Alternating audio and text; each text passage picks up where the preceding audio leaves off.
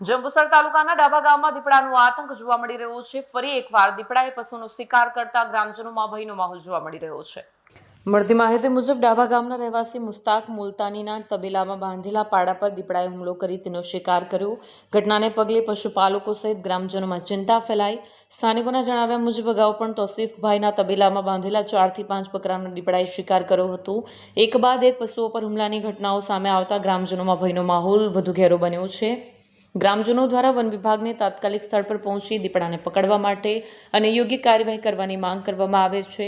હવે જોવાનું રહ્યું કે ડાબા ગામમાં દીપડાના આતંકને કાબૂમાં લેવા માટે વન વિભાગ દ્વારા ક્યારે અને કેવી કાર્યવાહી કરવામાં આવશે। Bureau report, Satya TV news, Jambusar.